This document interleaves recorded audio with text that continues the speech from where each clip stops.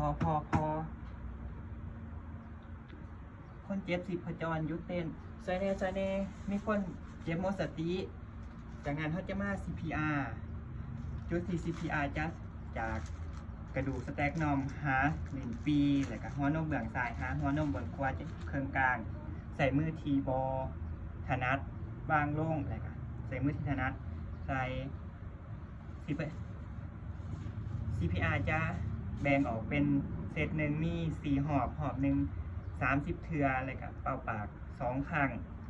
เขาจะเริ่ม CPR เลย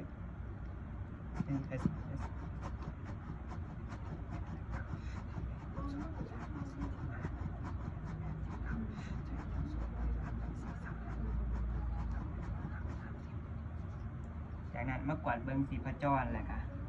จะกวาดเบิ้งกันสีพจรไว้เต้นขึ้นบอเลยค่ะเป่าปาก2 ครั้ง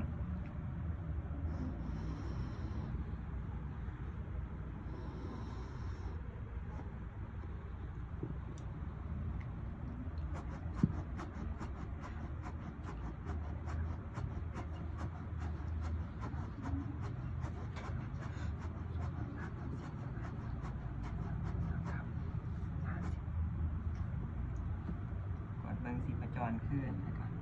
เป่าปากคนเจ็บ2 ครั้ง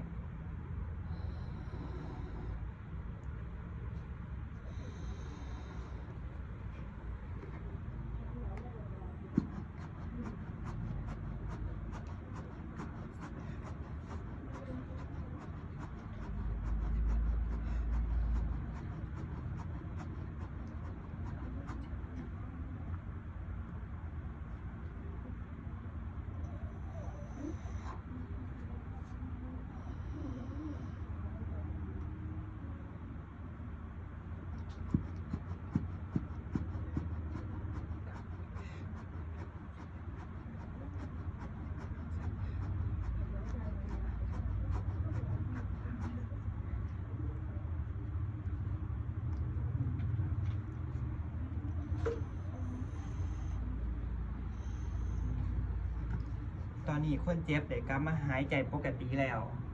จากนั้นเฮาก็จะจัดทาคนเจ็บให้นอนเครื่องขวามเครื่องสะแคง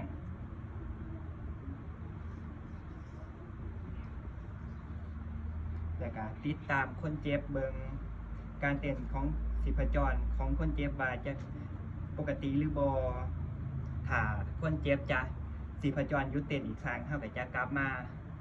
CPR อีกครั้งขอบใจ